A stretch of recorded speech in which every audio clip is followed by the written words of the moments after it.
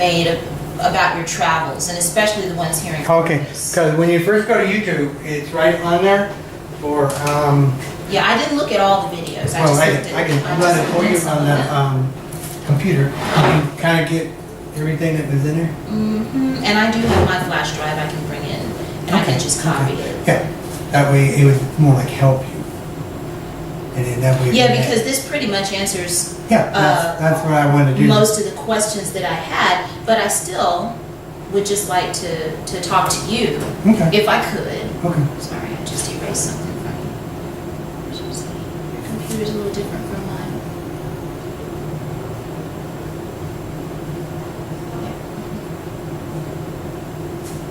There we go. Just put your little exclamation point back. Yeah, I just Okay. had some girl give me some feedback on Facebook. And she was, if you need an editor, I'm. Yeah, and volunteering." I saw a typo that I fixed real quick I know, while you were I out. know, right, I'm a writer, but Are I'm no you? editor. Well, now I looked on your, I did go to your Facebook page, but I also looked, I saw you were on Twitter.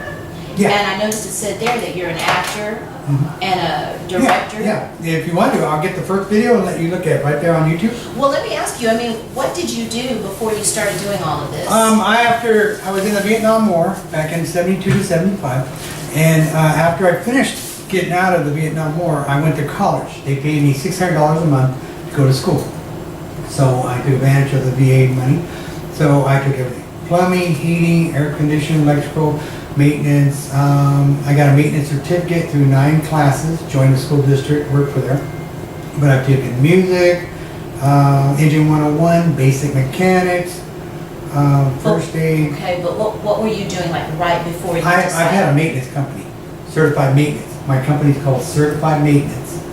And I've been living in Santa Barbara for almost 15 years, Santa Barbara, California. Under maintenance. Now, do you still own this maintenance company, or did you also? Well, I just haven't paid your yearly fee to be registered with the county, whatever that is. So are you still the owner of the company? Oh, well, yeah, I guess so. I mean, I started it and I'm doing Well, maintenance here. but did you sell your interest in it? I mean, when No, it was just me, just me. I had been doing it for off and on for 40 years probably.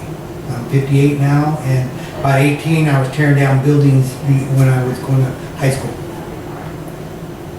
So you said you used to teach with the school district? I used to be a maintenance guy there. And we were called building technicians. You know, janitor, custodian, they're called building technicians. Oh, is that what they're called now? Yeah, they want to give a little class. Yeah.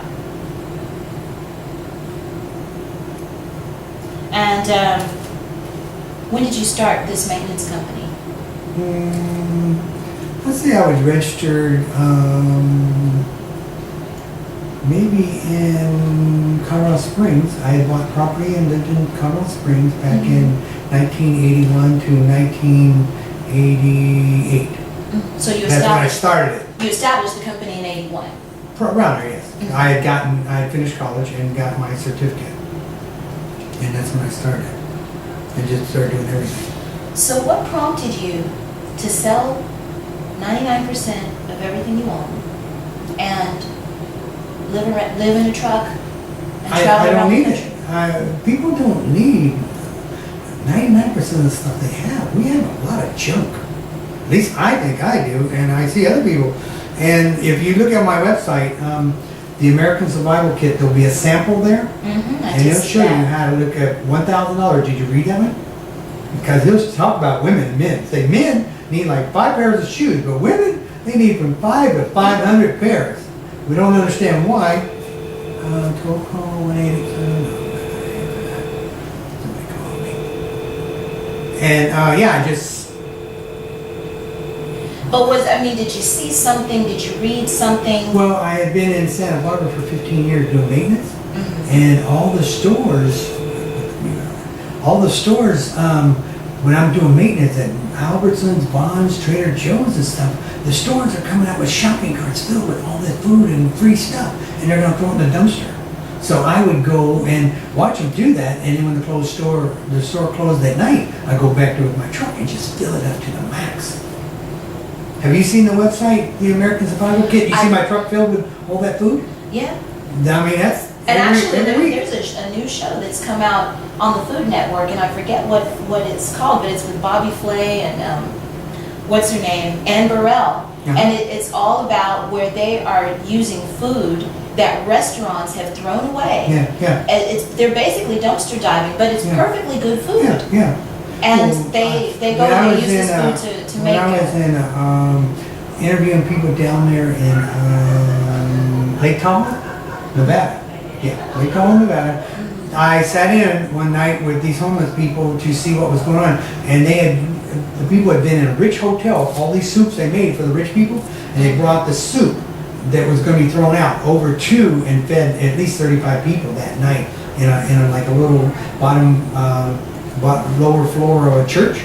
So they're trying to use the food to share it instead of just toss it in the trash or wherever. So you saw these stores that were just throwing away all the perfectly good food, perfectly good What I've done items. is I've targeted 5 stores in Santa Barbara during the last 10 years, we'll say. I was living on 7 acres of land up there in the mountains in Santa Barbara, and I built me a nice little warehouse. So I would come down every day and hit 5 stores: Albertsons, Vaughn, Trader Joe's, Walgreens, and CVS. And once a month, each one of those stores would have 3 to 5 shopping carts filled with food, cereal, medical supplies, women makeup, clothes, whatever, and they would throw away at least 3 to 5 shopping carts full of food. Once a month, each store would, and I would take all that food and put it in trash cans and categorize it, and then I would go and feed up to 100 people every month. Makeup boxes, cereal, just makeup for the women, and bananas, and just scarves and socks and nylons and just so much stuff. I would make up boxes and drop them off at families all the time. Why did you want to do that? Because I was born in Tennessee, and my grandmother said, never send someone away hungry. And there's a lot of hungry people out there. And it's there, free, for the taking, and why would I want to fill up the dumps and pollute the landfill when all this stuff should be recycled or given to someone that can use it?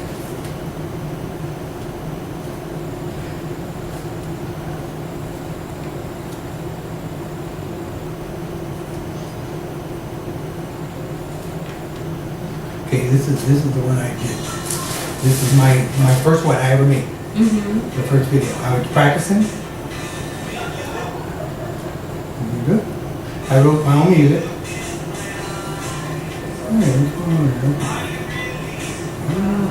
Is that you singing? No, I paid, this one guy can sing so good. So I sing a couple songs. I've written a lot of songs, but I try to I'll sing it once. If it doesn't sound good, I'll get somebody else. This is YouTube. YouTube's always drags.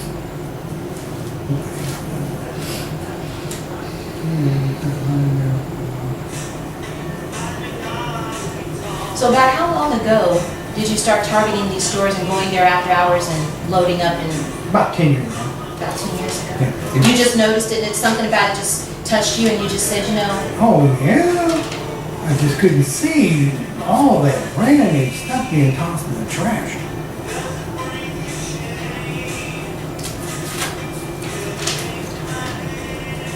See, leaving Santa Barbara? This is my first movie maker I did. It took me 2 weeks to do it right. You know, I loaded my truck. And this is all from these stores? Yeah, right there. I lived in the mountains, so I had 15 or 30 trash cans. So I gave 15 away to all the people in Santa Barbara up and down the coast, and I packed 15 trash cans in the truck here and a trailer, and there's boxes and boxes of other stuff too. But look at this load. It was so heavy. Look at that. This thing has got 5 trash cans in the trailer. So that was 15 trash cans worth. I had 30 and I gave away 15. Right. And I took 15 with me. And now what's on there? Food? What? Food, medical supplies, clothes, just a little bit of everything for people to share with people. Blankets, pillows. This thing was filled with so many blankets and pillows. Still got quite a few. And just to share with people all over the The pantry. Everywhere I go, everywhere I go. And right now, I'm hitting a dumpster down the street here, Walgreens, and I got 3 or 4 boxes of food out of there. And in the Channel 3 News interviewed me last week. Mm-hmm. And luckily, all that food I just got, I could hand it out to the homeless right on the corner called Three Cross Streets or something like that. The dumpster, a little drugstore. So is that how you're getting your supplies? That's what while I've you're been here? trying to hope for, but a lot of Walgreens and stuff, video cameras, locked dumpsters, they're not sharing. They're not sharing nothing. And they're making it harder and harder. And that's one of the reasons I'm going to Congress. I'm gonna try to pass a couple bills and laws and whatever to get these people that are throwing away all this free stuff and they're throwing it into the dumps. I think we're gonna have to hire an agency to go and inspect everybody's dumpsters, all these big corporations, and everything they throw away, fine them. Like $100 fine for everything they throw away that could be shared with the American people. Just for corporations, though, you want? Well, any shopping malls. I mean, every store wastes so much stuff when they should be donated back into the whole system. They won't share. And that's what's killing the American people. They can't afford it, and they're doing without. Mm-hmm. When it's all there for the taking.